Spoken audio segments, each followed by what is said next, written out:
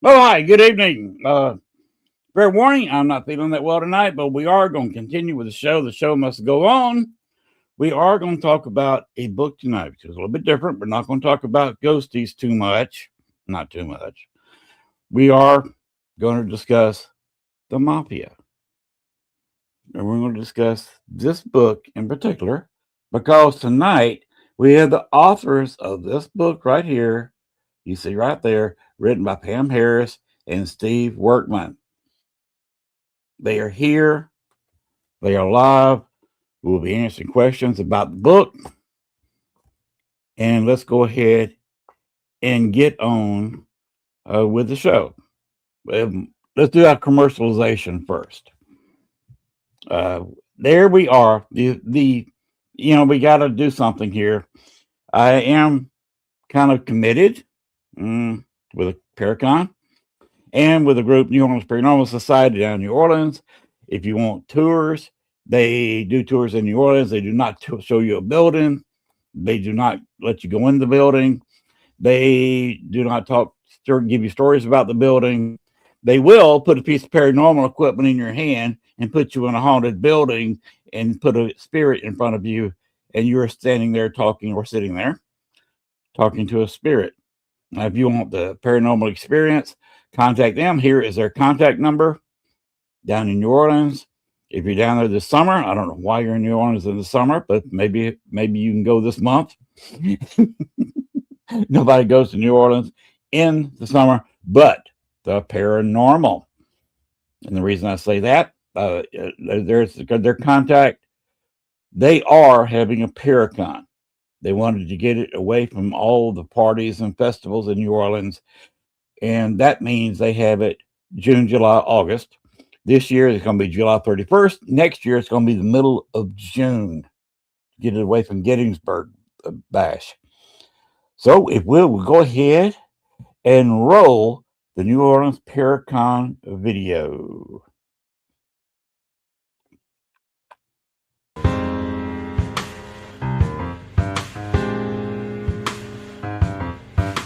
It does the gift and the packages. This is the most expensive package. 2 people, $1,500.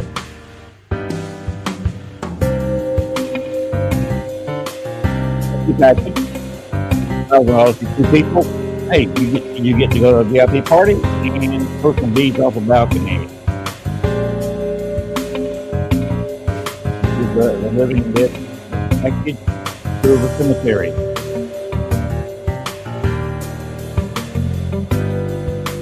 $500 per person per weekend. Isn't that great? Call it Father Sebastian. The RP package with Father Sebastian photo.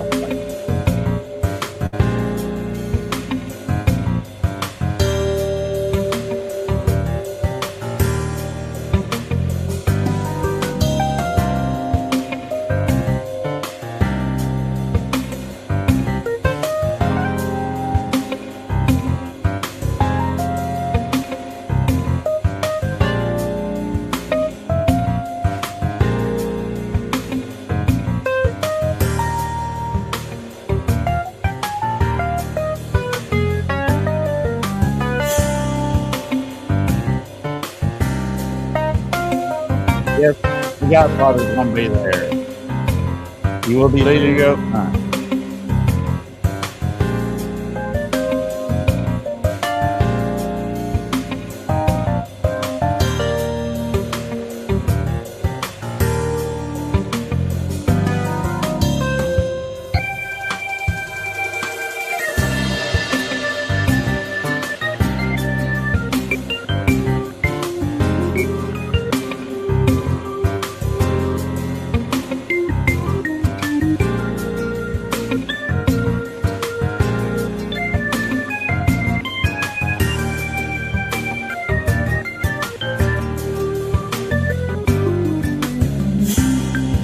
Very own piano will be there.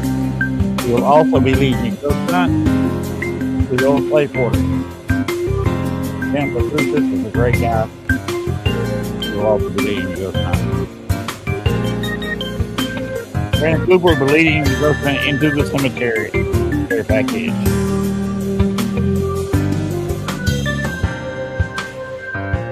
Same goes for your horror fans.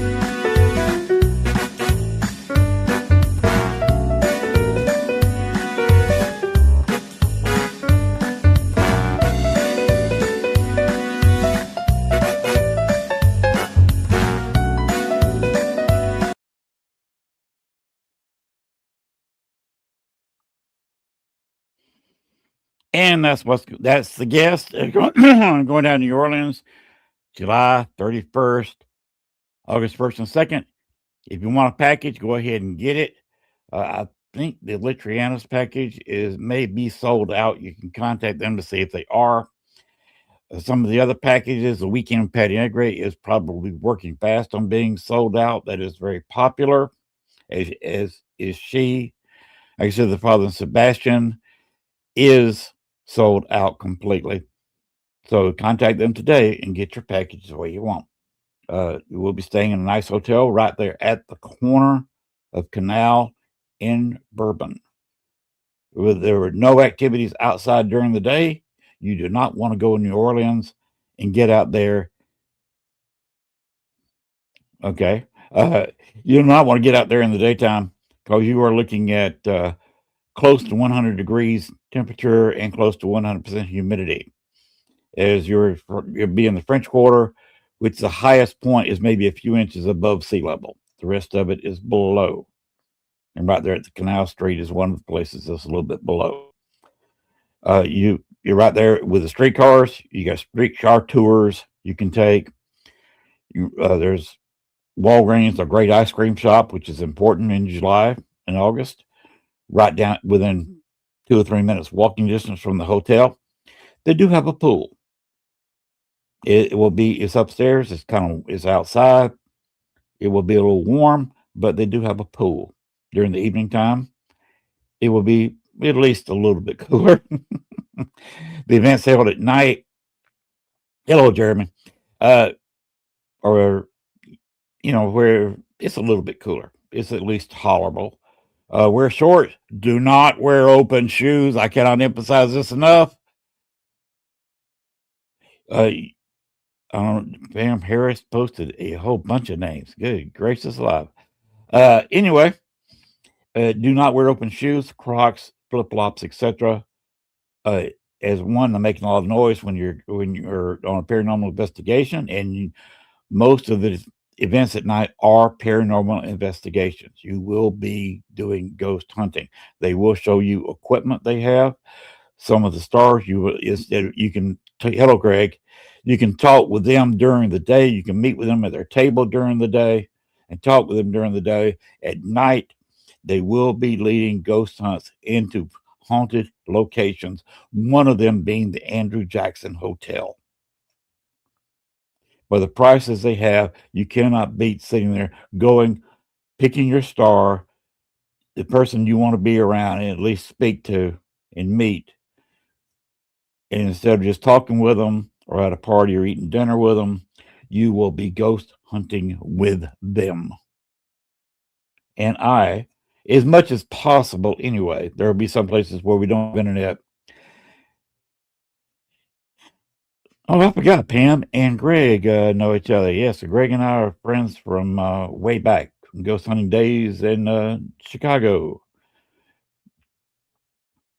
But you will be ghost hunting with these people at night. So there's no better chance to be around the people you want to be around. If you and your friends can go on an actual ghost hunt where they'll be showing the latest equipment from paranormal investigators, Chris Talley and Jennifer Talley. They will be running it. They run the ghost hunt tours. They will be taking you to the places where they ghost hunt all the time. They've got years of ghost hunting experience. So it's a good time for all. If you want a paranormal ghost hunt, a paranormal event, a paranormal encounter. Well, enough of the advertising. The reason I advertise this so much is because Chris blames it all on me because I talked him into doing it. I said, I'm making you an offer you can't refuse, dude. So I'm responsible for all this, I guess. Anyway, let's go ahead and open the door on this show, please.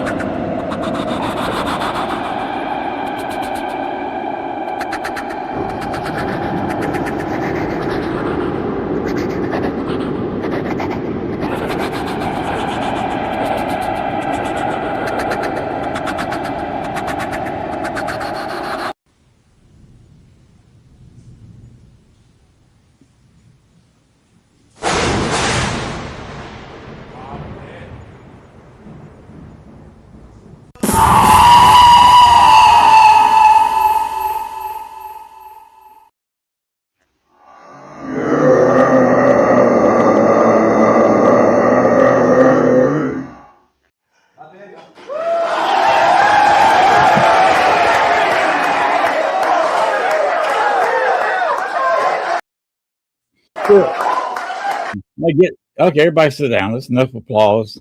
Hello, Barbara. We got quite a few people in the chat.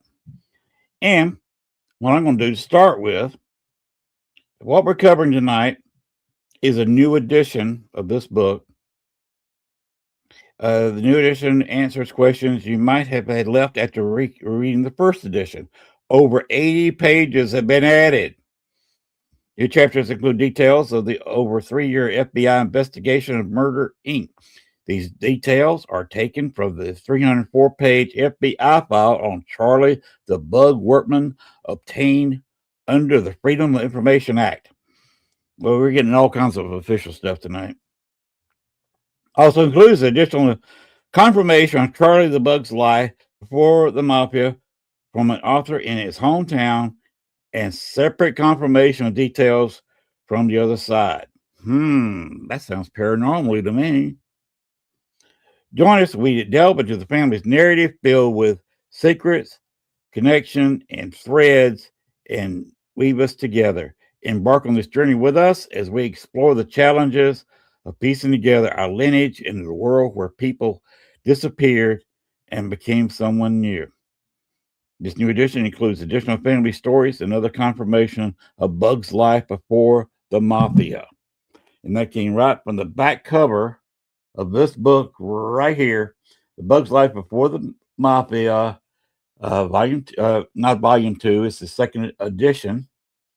And right now we are going to bring out the authors of this book that you see right here, Pam Harris and Steve Workman. Let's bring them on out. Hey, hello. How are you? I'm good. How are you? Hello. I'm doing all right. Steve, how are you doing out in California? Oh, he's got frozen. It must be cold in California. It's not. He's freezing. Hi, Kimmy. Thank you for coming in. To start off with, Pam, first impressions. You've got a lot of information in here. you didn't write it where you used 5 million words like a lot of videos you see on YouTube, where everybody just uses 1 million words to tell you something they could have told you in 5 minutes. Yeah. You didn't try to storyize it. You just said, this is what happened. This is what somebody said. This is what they did. And This is then what we know. This is what we know to be true to us. Right. And you brought the receipts where you showed copies of the information that you got from the FBI. Yeah, confirmation. Mm-hmm. You brought the receipts, is what I believe the expression is. Okay. So I kind of enjoyed reading that. Some of the FBI documents here were, for my near 70-year-old eyes, it was a bit small print. And had to get a magnifying glass. You know, what is this? Yeah. And of course, to read it. Well, it's a challenge when you're putting a 6x9 book page and you're trying to put in 8.5 by 11 page from the FBI. So my compliments to y'all for doing that. Thanks. Because it's nice to read a book where they make a statement, they say this is what we found, and they show the receipts. So I appreciate y'all doing that. I was kind of struck by that. Yeah. And the very ending of the book, as I said earlier, you went into a lot of family stories, and this was interesting to talk about your family. It was kind of hard to research, so you got hung up on a couple of times. Well, the interesting thing about the family stories is, you know, it involves our direct relatives, our cousins' stories, things like that. But it also goes back to Charlie's first wife. After they got divorced, she got remarried, and their family members. Let me do that again. When we met with them, I got arthritis. I can still do it. had very similar stories, and that's what was really surprising. Yeah, they had their story was a little bit different, but with the same outcome. And at the same time, we also heard, you know, the stories that we heard from relatives that we had never heard before. So that was great because we all got a little bit of everything. Mm-hmm. Just for everybody watching that someone may not have read the book, it takes place as Europe is starting to tear itself apart. You don't go into World War II. You don't even mention World War II. All you do is put the dates in there, but the dates line up to just after Hitler took control in Germany, and Europe was starting to tear itself apart. And then you skip over the trials, and then you go to as World War II is cranking up in the Pacific. Well, so this is the timeline we're talking about. The whole story starts in 1898 when Charlie was born. Charlie was born. I'm talking about the main action where the main story part is taking place just as World War II is cranking up and before we were involved. And you've got some name dropping with people, Mr. Benjamin Siegel, and I do not want to be haunted by his ghost in the middle of the night. I will not call him his nickname. I call him Mr. Benjamin Siegel or Mr. Ben Siegel. I wouldn't call him the name that he did not like. Yeah. So all of those names in that table with all the mafia figures, that's all from the FBI files. Mm-hmm. And Thank you, Sean. I've told you some of the things I was impressed with the book. But his life, before coming in, have you got any other details? What other detail do you want? between the time he was born, he came up. I will have to explain to people that this was again before World War II, and it was before Social Security numbers. People could change their name and live double identities, and you did not have a nationwide ID system. Well, you didn't have to prove who you were if you went somewhere. Someone took someone else's word for it, like they did at the grocery store. Hi, Jenny. Um, and so that's how it went. It was like if you went to the bank and your dad said, loan my son this money, they would write a note and they would sign it. And then the son would have to come back to the bank at a certain time to pay it. That is really all that they had back then. And so it was so easy for things like this to happen. Charlie changed his date of birth to make himself 10 years younger when he left Indiana. So, did you ever find out the reason why? Because I either missed that in the book or I didn't grasp it. this is over 100 years old. So Charlie's not here to tell us why. And so Okay. we can only make our own assumption. My personal belief is that he was in too deep and couldn't get out when he left our grandmother after he had already had 5 children in Indiana. And the conversation that our dad heard him talk to our grandmother about was he had to leave and he could never come back. And it was not an argument. It was a calm conversation. She knew exactly what he meant. So I believe she knew what he was into. I believe that she knew what he was into when they got married. That's my own personal thought. But like I said, this is over 100 years old and we can only assume. So we don't have any real reasons why. So. And so the whole story, this whole story for our family starts when our dad, like she just said, is about 6 years old and he watches his dad drive away and he doesn't understand why. All he knows is he's never coming back. Mm-hmm. So he spent the rest of his life literally trying to find where he went. He found out who he was, he found out what he did, but he couldn't find where he was at the time. Yeah. And so that's where all the family stories come in. And the interesting thing is our siblings didn't necessarily hear all of these stories firsthand. Some of these stories he told later in life after we were all out of the house to our cousins' offspring because they loved listening to him tell his stories. And Yeah. so that's where we heard some of the stories for the first time.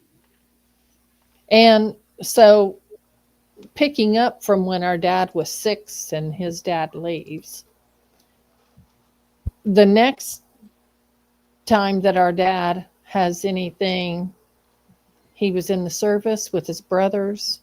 I believe he was overseas or something and found the magazine, Steve. Right. He just found happened an to American see. magazine that actually had an article about Lucky Luciano. And in that magazine, it mentioned Charlie the Bug one time. And this was a big magazine. It must have been a 10-page article, but it mentioned Charlie the Bug Workman one time. And so he brought he kept the magazine. He brought it home and showed it to his mom and said, "Is this my dad?" And she took the magazine and threw it in the trash and never spoke about it again. So that kind of tells you, yeah, that was your dad. Yeah. Yeah, Just messes that's with you guys. confirmation there. Yeah. Pretty much. The wife of a mafia has to keep her mouth shut too. So, Well, exactly. yeah. The children got to keep their mouth shut, If and they know about it, yeah. yeah, what they Because know. yeah, because as the children get older, as you've seen in some of the families that later came along in the mafia, they learned to do that and they came involved in the mafia. But Charlie's kids in Indiana never did. And I don't believe any of his other family did either. Hmm. But they know of him, I'm sure. They probably don't talk about it too much. They probably Uh, don't know enough to talk about, do they? Charlie never talked. That's why he was so respected, and none of his family talked either. So this is the first time that anyone out there is going to hear anything about Charlie living in Indiana ever in their life. And now Charlie has probably 5 generations from his family in New York. So they've never heard that. Don't believe it because the dates don't match. Well, they So don't match. So there's been lots of books, lots of movies. The story's been told about Motor Incorporated and about the mafia in the 20s and 30s, but no one has ever told this story about Charlie's life before the mafia. And we know they knew about it, but they just didn't talk about it. very They few knew knew. about it because Mhm. they they um, they basically kept an eye on his family in Indiana. Just Mhm. kept an eye on him. Just wanted to report back to him what was going on.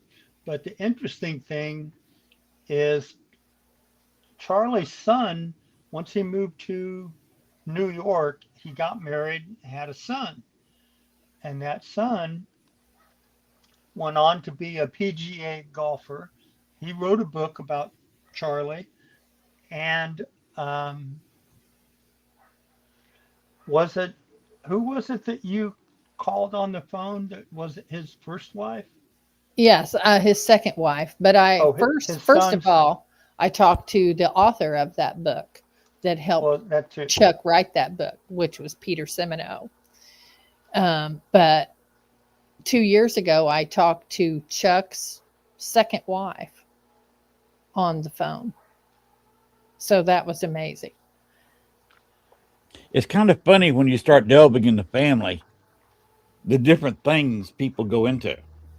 Uh, well, Thank you, you heard that Chris. little conversation where I have a family member, Yeah. with the FBI, and I don't talk about it much. I don't talk about what he got into. It's nobody's business. And I have been involved with people that I still do not talk about. I don't name names. I don't. One of these days, somebody's going to write a book about it, and they may dig my name up somewhere. I don't know, but I still don't talk about it.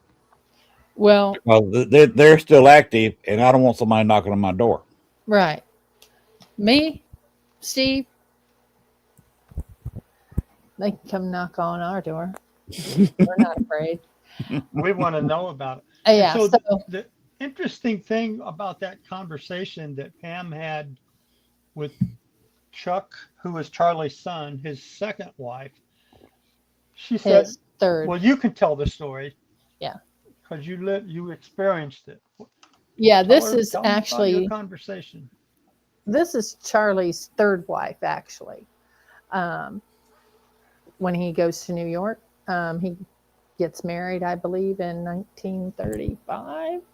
And honestly, he wasn't even divorced from his Indiana wife, our grandmother, yet.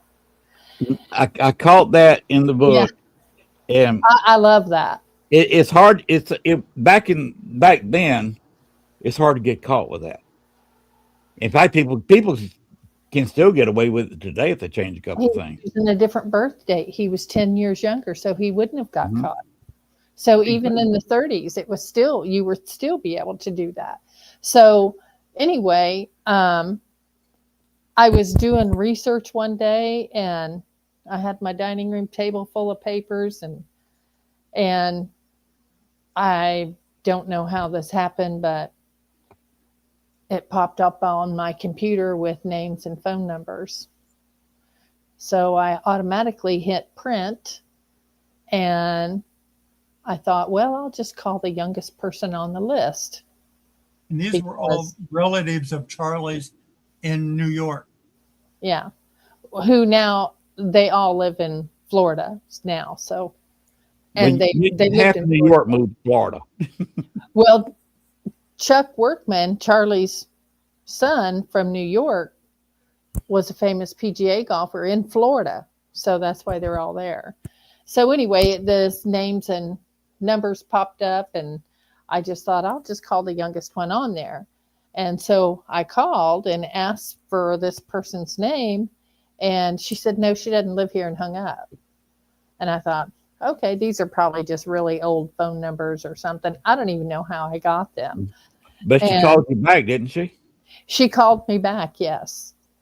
And she said, did you just call? I almost didn't answer it, honestly. And then I realized that's the number I just called. So I'm glad that I did. And she said, did you just call here asking for so-and-so? And I said, yes. And she said, can I ask you what business you have with her? And I just simply said, we might be related. And she said, oh, really? Who are you? I gave her a short version, told her I was writing a book. She was very intrigued by my story, and I didn't tell her the whole story.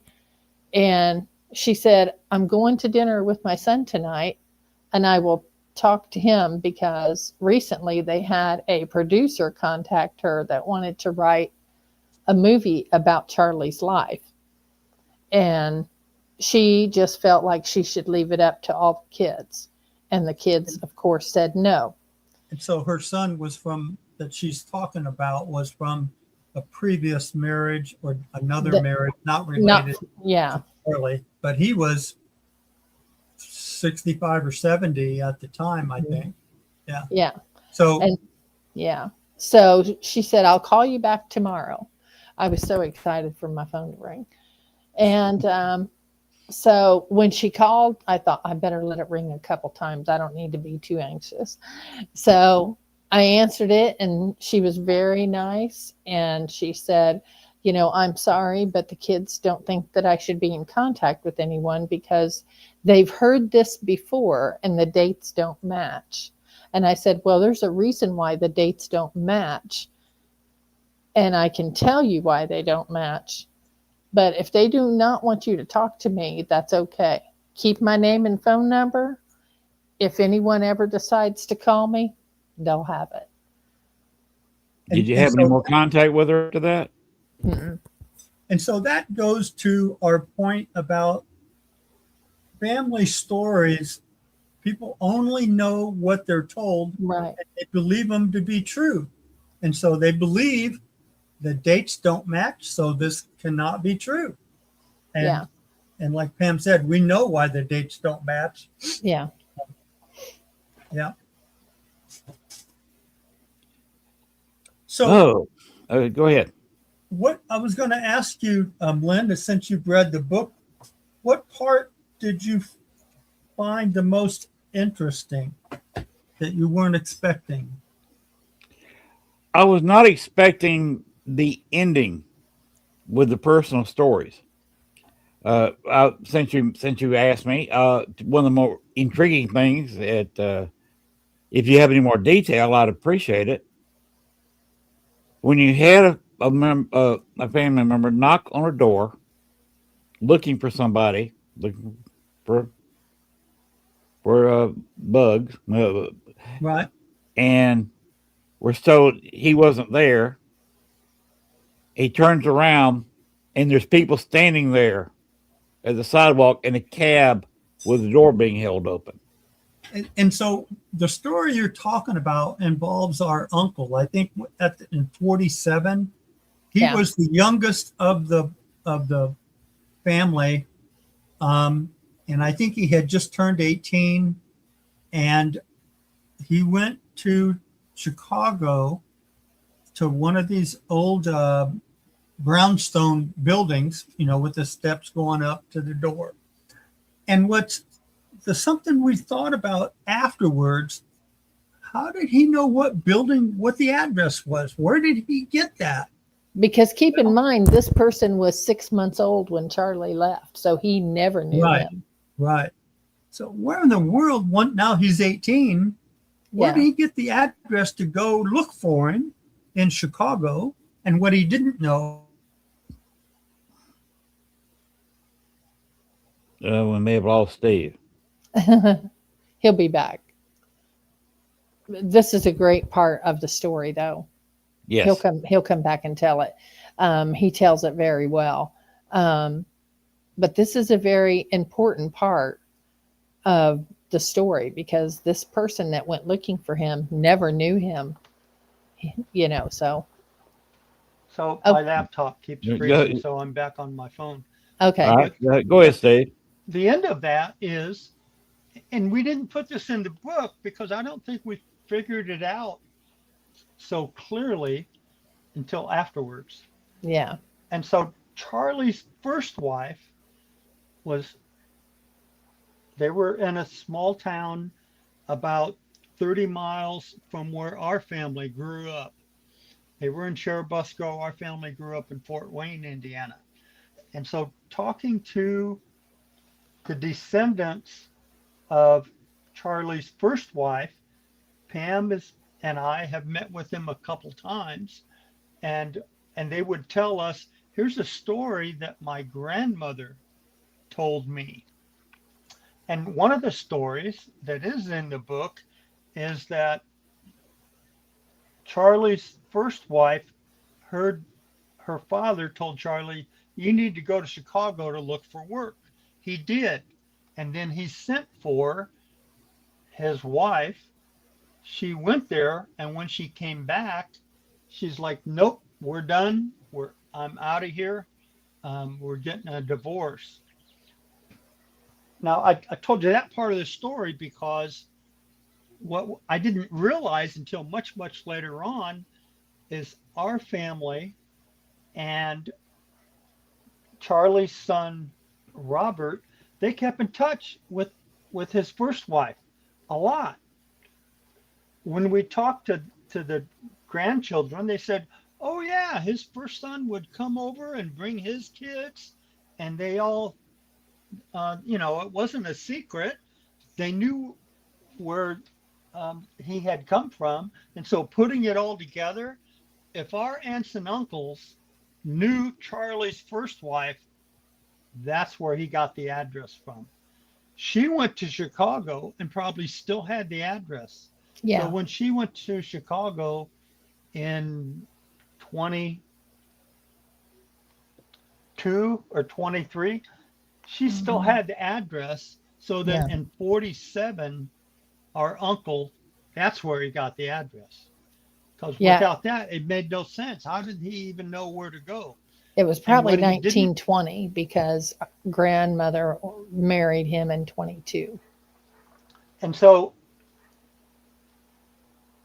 what our uncle didn't know when he went to Chicago looking for him, at the time, Charlie was already in prison. And it's just so weird that somebody would answer the door at that address and know who Charlie was and basically tell this man, he's not here, you need to leave. And the mafia ties were still there. That's why when he turned around, there was a cab, men on both sides, a cab with the door open, waiting for him. You need to leave. Yeah. So it's interesting. We find things out and put things together even after we've published the book, and now it all kind of comes together and makes more sense. Yeah. That was, I just found that little piece fascinating, having kind of experienced similar things. Yeah. That there was that much still watching and taking care of the family there.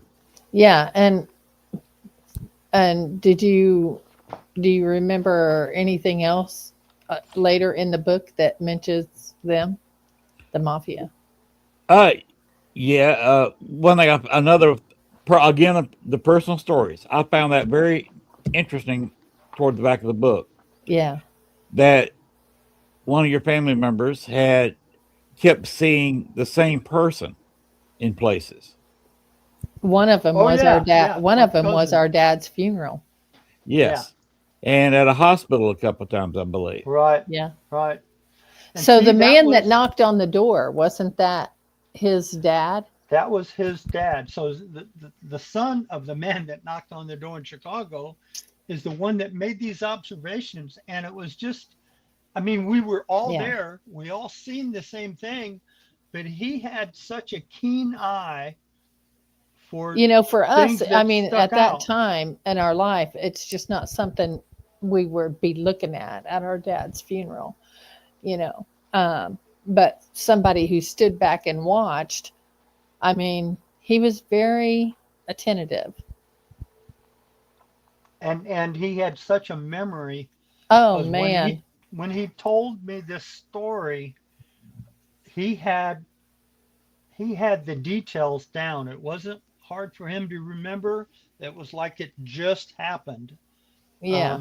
And so he was able to tell us all the details of what he recalls. And his Um, details never changed. And I mean, every time he told it, it was the very same. And I don't know how somebody can have that good of a memory because I don't. I still remember things I did when I was 3. Oh, well, yeah, but sometimes I forget where I put my glasses. yeah, then you could do that. Yeah. I'll forget why I walked into a room. And I had to walk in a circle for 3 or 4 minutes trying to remember why I walked in here. Yeah. Yeah, and then Look- the glasses are on top of my head. So Yeah. yeah, and you're looking for your glasses, and there they are. Everybody in the room laughing at you. so Uh, I'm looking for a picture, so go ahead. what did you think about the chapter um, stories from the other side? I was going to comment on that. Since you bring it up, I'll go ahead and comment on that. Okay. Okay, I'm almost there.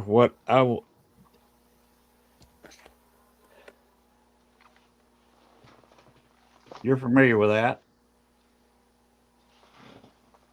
Is that the subject of our book here? Yes, yes, Yes. that's Well, if yeah, anybody that's a wants to know what picture he looks of like, Charlie the Bug. there's Actually, Charlie one the of Bug his. right there. Yep. And I think this next picture is kind of a composite picture, isn't it? Where somebody put his head. Yeah. Actually, our cousin's son had that hanging in his garage and put a picture of Charlie in the window to make it look like he was driving. So, So that comes from he was one of the young boys that I was talking about, our cousin's son that went to our mom and dad's house and was just so intrigued by dad's stories. And one of yes. the stories he repeated was after his dad has left, he would be down the street in a park and he noticed a, a fancy black car. And it was noticeable because nobody in the neighborhood had a car like that. And there was a person in the car. He couldn't see who it was, had his hat pulled down, right? But what he would notice is after he saw that, he would go home and find an envelope in the mailbox that had money in it. And he did this. He said it had money in it. Yeah. And so, Real money. yeah. And so this young man being told that story more than once was influenced. He found um, an old door off of a Chevy and he wanted to find a picture of Charlie looking to the left so it would look like he was driving it. So he created this art. And again, we kind of found it. We didn't, when we learned more and more about these stories, and we're like, you know, you're the only one in the family that hung on to this and dove into it aside from us. You didn't even know what we were doing. So um, we wanted to share that and put it on the back cover of the book. Yeah. So what we did is he didn't know we were going to use it. We surprised him with it. Right. Here's the back cover Yeah. copy of that photo. Yeah. I showed the one in the book. There's the same thing on the back. Yeah. And you're talking about tipping a hat like I kind of did. That is the cover. Yeah. That is a way to hide your face. And people have Right. done this for years. I Yeah. mean, I have our hats here, mine and Steve's. there was a song put out like that. Hmm. Carly Simon, You're So Vain. Well, Music actually, over when one Charlie was young, he wore the flat hat. Mhm. And then when he went to, I believe, Chicago, that's when he started this hat. Because that hat was popular in Chicago. Having spent Well, 14 years there. you know, he was making money. Yeah. He had money. When he Mhm. was in Cherubusco, he didn't have any. Right. So he bought a more expensive hat. He had hats. Yeah. Now, to get back to Steve's question he had for me, what I thought about what I call the paranormally parts. Yeah. But to start with, I'd like you to go ahead and talk about your experiences with the couple you were working with here, because they deserve, I think, some kudos, some time on the show, talking about them and how you got to know them. Well, if you'll notice, even on the cover, they wrote the foreword to the book. Mm-hmm. Michael and Marty Perry. And so I came across them here in San Diego maybe 20 years ago. Somebody I knew said, "Do you want to go to this group reading?" And I'm like, "What do you mean? What are you talking about?"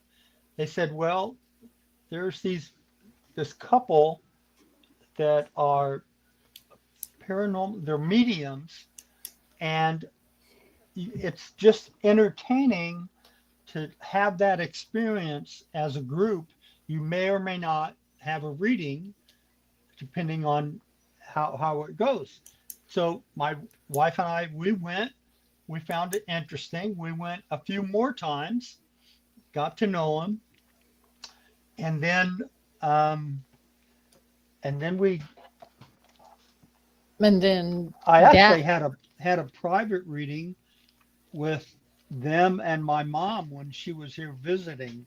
yeah, after our So dad passed away. so you know, their credibility to us just grew. And so in 2022, um,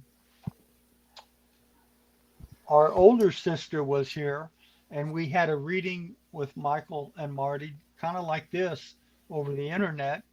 And we told them we were trying to find things out about Charlie, um, and that Charlie's son had written a book. Um, and so that's part of how that chapter starts. Um, and so what Marty does is she puts on headphones so she can't hear anything that Michael's saying, what the conversation is, but she channels people too, and she'll draw their picture. And she drew a picture and nobody recognized it. We didn't know who it was. Is this it here? Yes. Yeah, That's what I'm talking about right yeah. now. So we didn't know, we couldn't identify for sure who that was. And so, and then later on, Pam and I went to, I guess it was May of last year. Here's another doodle. Yeah. Yeah. So she- Pam and I went to Tennessee in May of 2025 for a Paracon. for a Paracon, and they were there because they had moved to Tennessee. And so we had actual pictures from Charlie's son's book. And individually, they came by and looked at what Marty drew and looked at the pictures in Charlie's son's book of Charlie. And they both almost said identical things like, I'm pretty sure that's him. I'm pretty sure. And so that was our And second this was encounter 2 directly with years that. later after they drew those, after she drew those Right. pictures. Right. And so then most recently, and I keep looking to see the date here, it was September of last year, Pam and I had a reading, and that's almost, and what was nice about it is the format that we used produced a transcript. And so an edited version of that transcript is in the book. Directly what was said, how it came across. And this time, Marty drew this old man, appeared to be pissed off, and we could have had no idea who he was. And so Michael looked at the picture and asked the people on the other side he was talking to who it was. And basically it came down to that was Charlie's biological father, Casper. And there was no doubt about it. And Pam and I have found and visited his mom and dad's grave, Casper and Martha, when we went to Cherubusco. So it, everything is tying all these things together. It's undeniable in our mind. He's the same guy that started in Cherubusco, changed his date of birth, changed his religion, told everybody he was Jewish, and then kept his mouth shut and never talked about it. And Okay, then I'm trying to remember what their website is. I think it's art. It's somewhere in here. Spirit art. Spirit Art. SpiritArt.com. Okay, and they're still active, aren't they? Yep. Yeah. Yep. Yeah. So people can go to spiritart.com, and if they want a reading, they can contact them for a reading. Correct? Yeah. Correct. Michael and Marty Perry. Yes.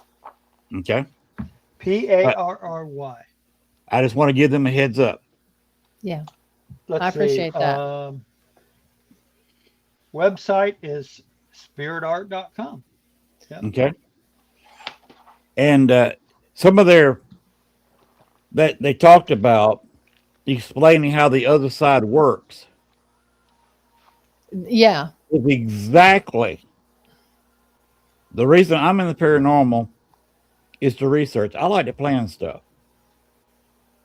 I'm retired now. I'll be turning 70 the 3rd of July. And our retirement is working well as we could because it was planned. If there is indeed another life after this one, I want to figure out how it works, know the rules, and basically what I'll be dealing with. And the research I've done on the other side is exactly what you wrote in your book. It was like I wrote it down myself. Nice. Interesting. So I happen to agree with what you had in your book that they said how the other side is. It's tiered, it's different layers, it's different places. Yeah. And But I some can of it depends guarantee what you believe. I can guarantee you no one would ever be disappointed with Michael and Marty Perry. Okay. And if they've got what I believe is the truth, and according to my research is the truth, and they just like it almost word for word the way I would have explained it to somebody, I would have to say, yeah, I would have to support them and they know what they're talking about. They know what they're Yes. doing. Yeah, and they do a lot of paracons now down there. So you can look and see where they're going to be probably this summer, I bet. I mean, Yeah. you know, and I would say you would probably just be fascinated just to watch them. Right. I mean, just to watch them. When we were in Tennessee, Michael was giving a speech. You know, all of the vendors gave a speech, and I recorded the whole thing. And I have watched it more than twice or 3 or 4 times, because I am so intrigued by him. And there's not very many people out there that can do that, especially Marty. You know, for her not to have a clue what the hell he's telling somebody, and she can draw a picture to match it because she can't hear because she's got sound noisening headphones on. You know, they just entwine like crazy, and they have been doing this for many years. It's a gift, Yes. and they should be respected for having that gift. Yeah. That's what it is. It's a pure gift. Yeah, and trust me, they are. And it was very interesting to me that he got to a point where it was a direct conversation. Anything Yeah. you want to ask them. So we would Yeah. ask them a question, he came back with an answer. And it was very much like that. And it was, and just so unexpected. yeah, crazy. Crazy, Well, unexpected. It's for me. It's not, because I've got videos of where I've done things like this through equipment, not a psychic, because I am not a Right. psychic. I Yeah. have Right. to, I have Yeah, to use equipment, and I've gotten responses immediately. Mm-hmm. I will drop a couple of names here. Al Capone does not like me because I have seen a little bit of his background. Plus, he had a friend who was his number one bomb making guy. His name is Bruno Rodi. You've heard that name before. And he had a son that was the stick Rodi that actually got as an alderman in Chicago from the first district and over Chinatown. And I think they finally busted him. The FBI did. And of course, they went to Chicago and knocked down all but 3 of the mob bosses there. And by the way, one of the only 3 families still operating in Chicago, I bought my car from one of them. Yeah. After 10 years, it's still sitting just a few yards from where I'm sitting, Yeah. and we're still driving it. Yeah. I honestly, I can tell you that, you know, I've heard recordings of Michael and Marty way before I ever got to meet them. And I was like, there's no way. But let me tell you, them psychics and mediums out there, Some of them are good. Some of them are entertainment only. if you have ever seen Michael and Marty Perry, you would not look at another one. Mm-hmm. Honestly. Because I think they're the real deal. Mm-hmm. Oh, and by the way, I had Bruno walk through me at one point. Wow. We were in a circle, and he walked through me, set my meters off that I was holding in my hand, and a guy the other side of the circle that we were standing in, he just shoved him to the side. Yeah. Wow. I was having to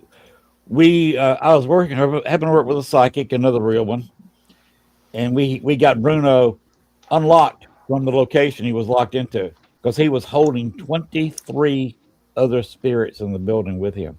Hmm. Oh, I remember hearing wouldn't be you talk alone. about that. So he wouldn't be alone. And we talked him to freeing them, and got him where he could actually leave that place. He Yeah. did not want to move on because he knew how many people he'd killed. He did not want to move on because he knew he was going to a place that wasn't nice. So we said, if you don't want to move on, go see some sights. Don't stay in this building because the bar in the place, it was actually a former mortuary where he was had his funeral. We told him, get out of here. Go. Yeah. Move on, see the world, feel better about yourself. And to this day, he's a little bit of a different person, and that's why Al Capone doesn't like me. So, do we have time for anyone in the chat to ask a question? We have all the time you want. Okay. I've kind of got my second win. At least I'm awake and functioning. Yeah, if you got a question, spit it out. If anybody in the chat has got a question, they'll be glad to answer it. If anybody scanned over the book.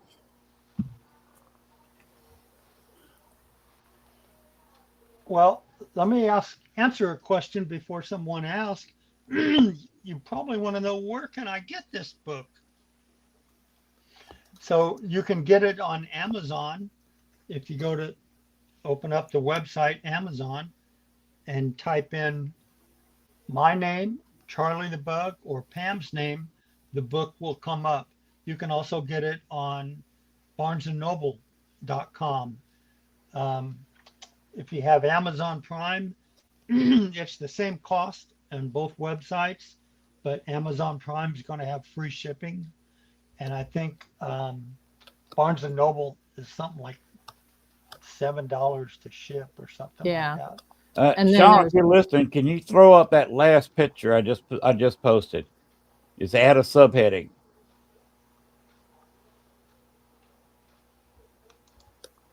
John, hello. I don't see it. I just posted. I'm looking at it. Basically, it's a banner for the show. Oh, okay, that one. All right. And if you see here, this has got the what do you call these things? QR code. The QR codes. Okay. For both Amazon, you can blow it up on your screen.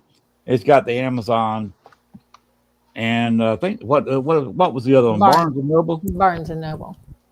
That you can scan that and find the book.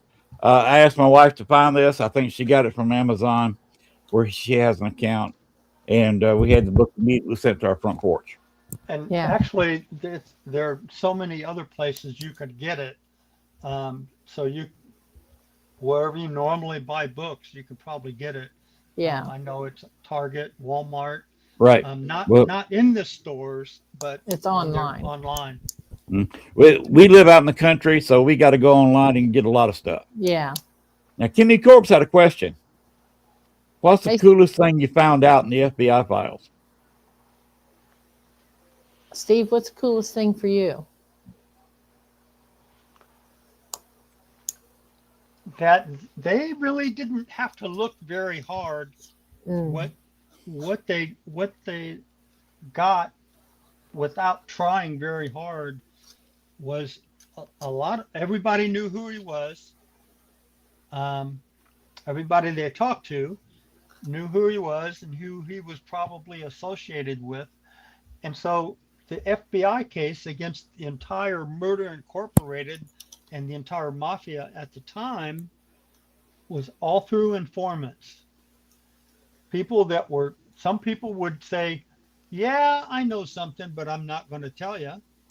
And other people were like, you know what? They killed a friend of mine. I'll tell you everything you want to know. And informants, and actually, that's what brought a couple of them to the electric chair, is even inside Mafia Incorporated, Murder Incorporated, they started squealing on each other. And they did it they said, look, if you'll give me, I'm looking at life in prison. I'm looking at going to the electric chair. If you give me life instead, I'll give you all of these people. and it worked for him for a while. But as strange as it seems, mafia people had they were, even though people understood what they did and they were ruthless, they were very, very well respected in the community.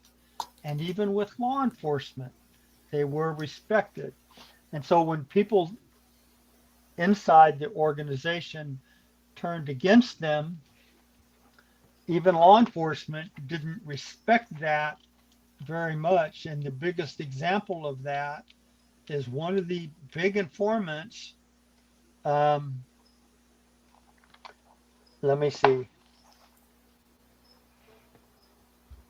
Abraham Relis, Kid Twist. Well, yeah, Kid Twist. Kid Twist. He allegedly, because he was under protective custody, he allegedly committed suicide or fell from a 6th floor window. And other people years later have said, yeah, there were people that made sure he went out that window, even though he was under police protection. Mm-hmm. So, Sean had a question. Do you think the family from both sides will come together in time? That an intriguing question. that is my hope for this book. you have mean- to, I mean, that's, and our challenge is completely understanding where the other family's coming from. Right. They've never heard any of this. It can't be true. It's not in their family stories. Right. No one told them about it. It must be somebody else trying to claim to be related to Charlie, but they're really not. And we understand that, you know what? You just don't know all the facts. And we're hoping the book spells it out. That's why Yeah. in the last chapter, it's called Closing Arguments. Closing. Like we're presenting a court case. Yeah, I Right. love that. I love And, that. and here's all the challenges people point at us and go, no, it's not. Here's why, here's why, here's why. And even the guy that we borrowed part of his chapter from, who wrote the book about Charlie's hometown, Pam and I met with him, and I gave him a release so we could use quote his book with permission. And he looked at it and did this. He said, I'm concerned that you're going to make it appear as though I agree with you. Mm-hmm. And I said, well, here's the chapter. Here's what I wrote. He read that and went, okay. Because in the chapter, I said, he does not believe it's the same person, because his very detailed research is all based on census data. And then Yeah, my so next you have to respect other people's, you know. And so my next paragraph is a quote from the census that says, some of our data might be used in genealogy, and you just need to really check what the data says. It may not be correct. Right. So, I did notice that several times, either you or somebody who asked a question of somebody got the standard moppy answer. Forget about it. Yeah. that was But that's almost how- the title of the book. Forget about it. Because it's so cliche, right? Whenever you Right. talk, that's what they say. Forget about it. And that's what our dad was told when he talked to somebody he knew was in the mafia. Told him the story, said, I'm looking for my dad. And it was right about the time Charlie was being released from prison. Right. Yep. And he was told, forget about it. Yeah. Is that probably with a little bit New York accent? Probably. Forget about it. And so we really wanted to not be so cliche. Yeah. Right. We really made an effort to use pictures of Charlie that weren't overused, because you can Google images and look at And Charlie the Bug Workman, and there's so many other books and many other pictures that were overused. Yeah. We said, nope, we don't want to use those pictures. We've seen them too many times. There's nothing wrong with them, but we just tried to Yeah. stay away from that and stick to And the there's facts. there's many podcasts on YouTube also of people talking about Charlie in a totally opposite way. So, you know, Uncle Charlie is one that you can watch. He talks about Charlie in a totally opposite direction because that's what he knew. That is what he grew up knowing as a little boy. So it's not that his is wrong, it's his story. Right. And you have to It- respect what they His have. point of view. Yeah. And so this guy wrote a book that Pam's talking about called Uncle Charlie Killed Dutch Schultz. And the thing about the book, it's a pretty good sized book, and it's like 3 pages are about Uncle Charlie. Yeah, that's it. And that's it. Yeah. But again, it's he was there after Charlie went to New York and after Charlie got out of prison. All of those experiences, we don't question any of them, No. but he doesn't know about Charlie's life before the mafia. Yeah, they've never heard our story. And you know, this is our story and this is what we believe. But also keep in mind that we're from a big family and Mhm. not everybody believes it and not everybody gives a shit. So, you know, but you have to respect it, you know? Well, yeah, they're adults just like us, Right. and you got to respect their point of view. Yeah. Yeah. Well, and what Pam is talking about is some of our siblings. Yeah. You know, some of our siblings, when they read the book, they went, Dad never told me any of these stories. And Yeah. we're like, we know, he didn't tell us either. Yeah, he didn't tell us what he told our cousin or our cousin's son, or he told us other stories, but he also told them the same stories he told us, you know, so. But there was a trial. He was Mhm. convicted, Mhm. Well, yes. and he But- spent but- what, 25 years? 23. 23. 23 years. And I was so close. it's interesting. I write about that in the FBI chapter because the results of that trial, depending on who you talk to, who tells the story. Yeah. And so in the FBI file, they said that Kid Twist was going to testify against him. And when he saw that, he stood up and said, no contest. Some other books, I think it was Charlie's son's book about Murder Incorporated and the PGA, said one morning during the trial, Charlie came into the courtroom and his wife said good morning to him. He said, good morning. The prosecutor wanted to arrest her as a material witness. That meant she would go to jail overnight. That's when he stood up and said, no contest. Yeah. It doesn't matter. Either way, it all came out the same, Right. that he was given life in prison, or not at the time, it was life in prison, which is supposed to be 12 years. That's what it was back then. And so what would happen is he would come up for parole, and it was common to give somebody like that another 3 years. They wanted him to talk. They wanted to find out Right. what he They knew. wanted answers. Yeah. Yeah. But he They never would give talked. him they would No. give him 5 and 6 years Each time each because time. he wouldn't answer anything. Finally, when it got to 64, they're like, you know what? All these people are dead. Yeah. So it don't Because matter. by then, yeah, they were dead. So it didn't matter. But Okay, they Greg- tried. Greg has a question here. Where did Greg- he spend his time in the pen? He was actually at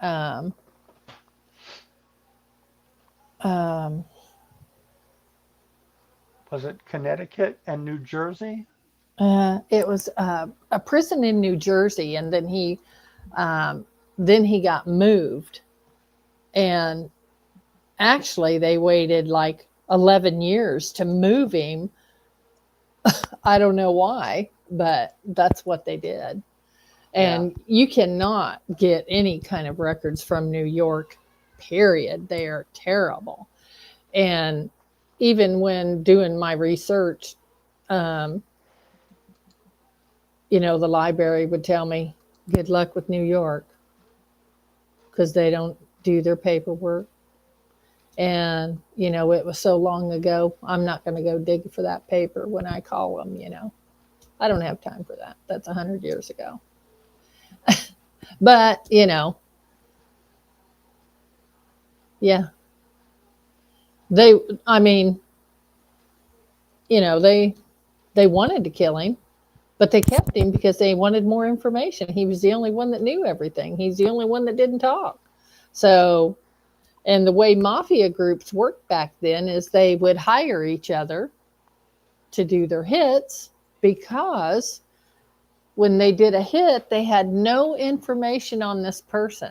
So if they got caught, they wouldn't have anything to tell them about it or who sent them. So, or they may not know them, where, you see somebody walking up and he is a murderer in your outfit, and you say, uh-oh. There was... quite often they did know him. They did know him. But the respect was so high, he said, come on, we need to take a ride. They would go with him. Yeah. Okay, can you give us some details on one point he actually sat down and ate with a family? Yes. Before knocking off somebody? Yeah. He actually went to the house, had dinner with his wife and kids, and that he was told to take him out. And so after dinner, they hopped in the car, and Charlie shot him in the back or in the head or something, but he had his back to him, and nobody ever guessed it was Charlie. And, the people that he killed, there's no proof. Some say he killed 20, some say he killed 200. The only one he got pinned for was Dutch Schultz. There have been books that have been written about people who may have only killed 4 or 5 people their entire lives. And you're telling me that Charlie may have killed 20 or more? Yeah. Yes. And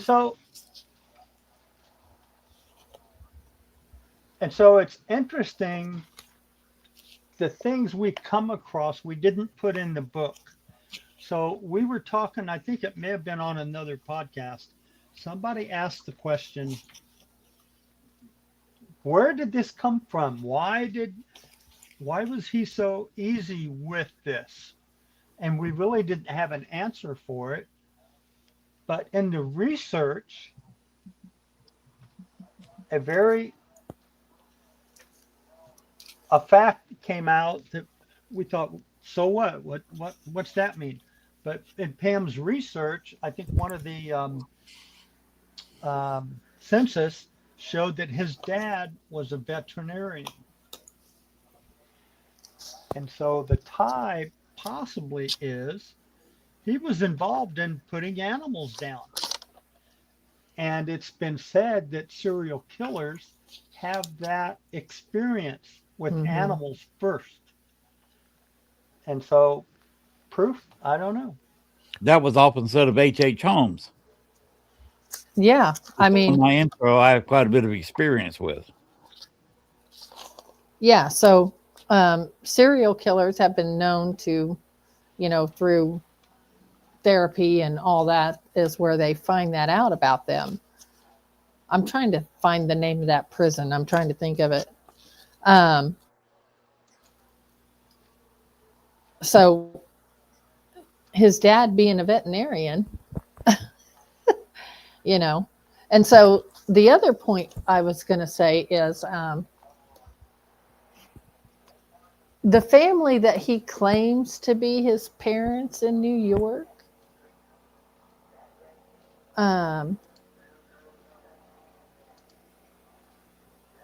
they would have been 6 and 8 at the time Charlie was born. So how do they end up with? How does he end up with somebody with the same last name? And so the interesting thing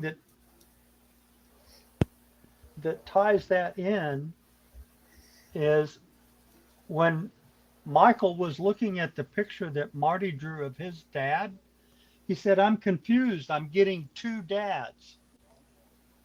And it was explained, okay, there was a dad in New York that wasn't his dad. Yeah. There was a dad in Indiana that was his dad. And Michael said, "Okay, do you know something about these families?" We said, "Yes." They said, "Okay, I'm going to tell you this person's wife's name." Okay. Michael said Martha. We knew it was Casper. Yeah. We knew it was his real dad, his real mom. Yeah. Martha was his real mother. Hmm. And Just a personal opinion, I'll interject here. His life story would be fun on a 10-episode Netflix series. yeah. Yeah. Where instead of having to throw everything out in 90 minutes in a movie, you've got 10 episodes at 40 minutes of each. Well, we wrote the book. We have the foundation for it. But you'd have to get the rest of your family's permission to do it. Nope. You can Nope. go directly from the book. Do we Would know y'all about be his open with weapon that? of choice? What's Huh? Good. Craig's got question marks. Craig may not know what Netflix is. that? So Greg Koss is asking, do you know about his weapon of choice? Yeah, what Uh-huh. did he use? What weapon did he use against Dutch? A handgun. We Yeah, know it was a that. gun, Handgun, yeah. but I don't know exactly what gun it was off the top of my head. But so let me get back to his parents in New York. Okay, go ahead. So the mother and the father he claims in New York is Anna and Samuel. And I was wrong about their age. They would have been 13 and 14. 13 and 14. Possible, And but barely. Well, they were in Russia. He were in Russia. His parents came from Russia.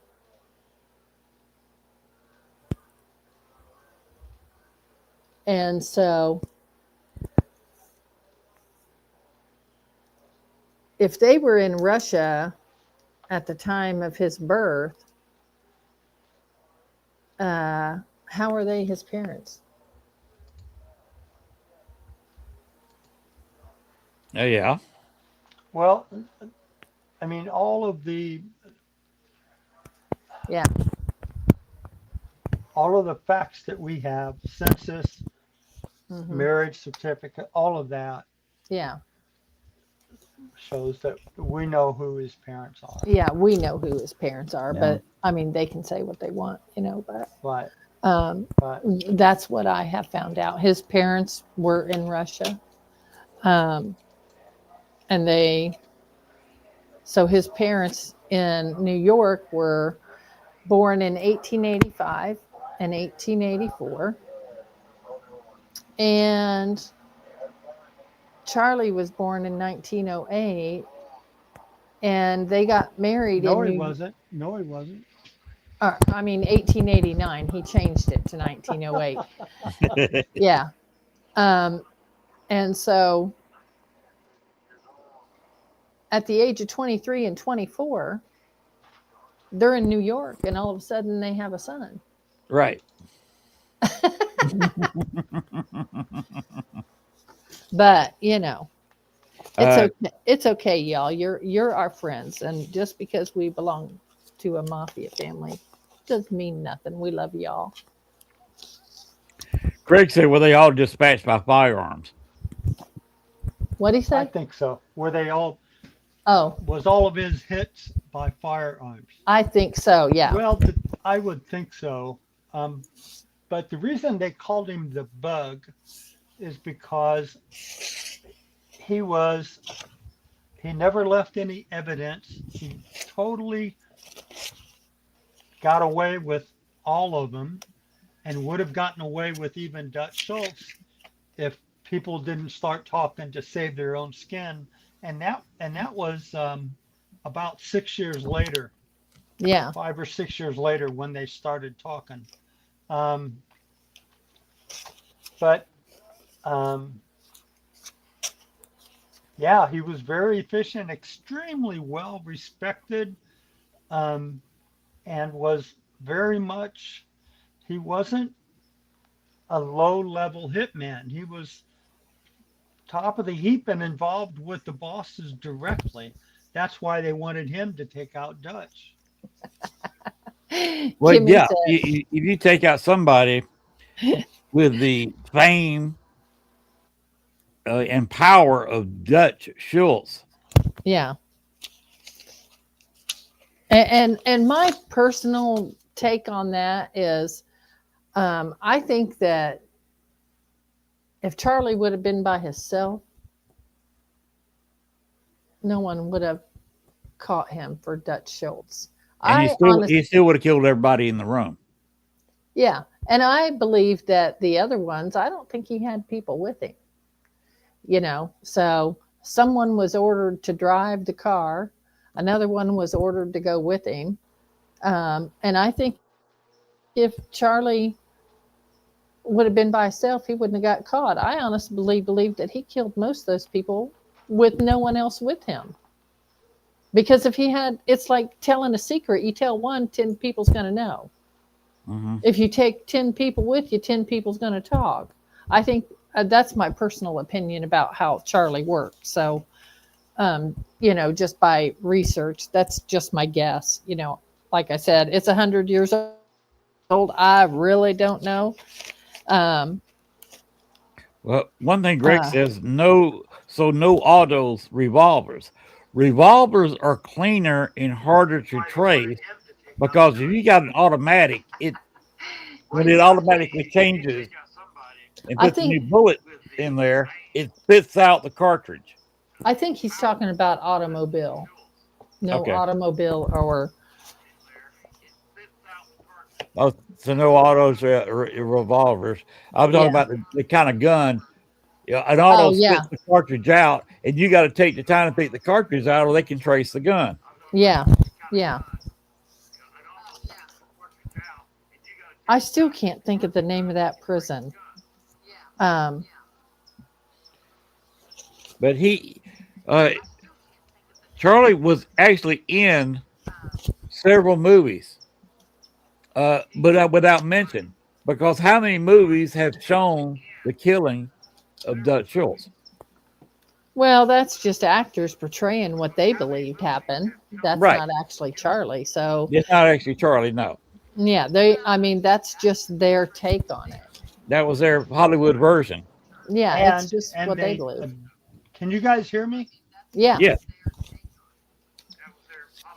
It sounds like we're hearing me, so you have something Can running. you guys hear me? Yeah, we can Yeah. hear you. So yeah, exactly, a Hollywood version. One of the movies.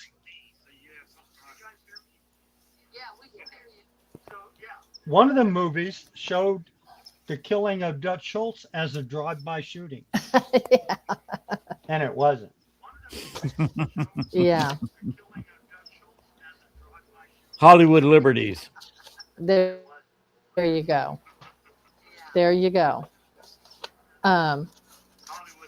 Greg, if I don't remember the name of that prison, I will have to message you what it is. I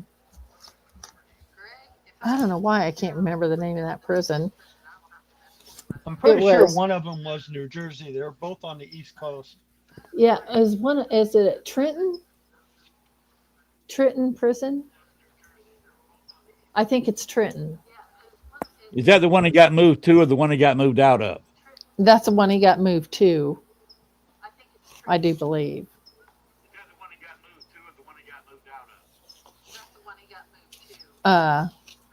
Okay. We are being asked. Of course, we have gone an hour and a half. Uh-oh. Sean's saying, get the hell out of here. Well, he's not quite phasing it like that, but yes. Yeah. Well, I have found this a marvelous subject. This show has been fun to me, interesting, informative. I think we've covered your book. Go ahead and one more time say where the site you were talking about that wrote your forward can be found. Michael and Marty Perry, I think it's right. Isn't it? Parry. Right. They did write the forward. Yep. And you said what was it? You said, Steve? Yep. Is Right. there a website? The website. Thanks, Greg. Oh, spiritart.com. SpiritArt.com. That's what we got. Yeah. Thanks, And Greg. Again, Spiritart.com. your book can be found on Amazon and what was the other one? Barnes and Noble. Barnes and Noble. Walmart.com, Target.com. And Barnes and Noble. here's a QR There you code go. if somebody There you wants go. to scan it. There you go. And just for everybody's information, if you read the first edition, this is the second edition with many added pages and stories and a lot more information. And Is that if correct? yes, if you buy the book and read it, please go to Amazon and leave a review. That is what sells the book, is reviews. Reviews are so important. And we appreciate everyone supporting us. Well, I hope y'all enjoyed the show. I know you wanted to be on a podcast with somebody who's actually read the book and get asked questions out of the book. Yeah. I was not on my best game tonight, and I do apologize for that. But as the old expression goes, shit happens. Yeah. But I do appreciate y'all coming on the show. It's been fun. Yeah. Thanks, Greg. Pamela's great in a shirt and tie. I just look around. That's all. Well, I think Steve has a great beard. He does. So And my so- compliments there, sir. And So- anything else y'all want to close with? You want to say Thank anything you. else, Steve? Thank you, Barbara. Thank you all for jumping on here and asking questions and sticking around to listen. We so appreciate you. It's an interesting book. That's all I can say. Read it. Read it, buy it, read it, and leave a review, please. And much heartfelt. I'll have to go back and leave a review. I have read it. Got it right here. Yeah, So I'll leave a review. I appreciate it. Thank you so much. We appreciate everything. All right. Now we're going to go ahead and close out the show. If you want to stick around Thank and you. chat, We look Johnny, I forward to usually that. talk So- for a few minutes. And then tell a friend. Yeah, and tell Tell a a friend friend. about it. Yeah. Well, I have told plenty of friends tonight about the book. Any watcher of All Access Network TV and my own little personal places that I send my show. By the way, y'all did send it to your Facebook pages, right? Yeah. I thought you knew how StreamYard worked and you could push that Yeah. button and send it to your own. I Yeah. forgot to mention. I apologize for that. But you did it anyway. Yeah. All right. Y'all can go ahead and close it out on that. All right. Thank you, Len. Thank you again. If you want to talk, just hang around. We're gonna go close out the show, and we Okay. can talk with Sean a little bit if you want to. Okay. All righty. Sean, let's go ahead and run those purple ghosts.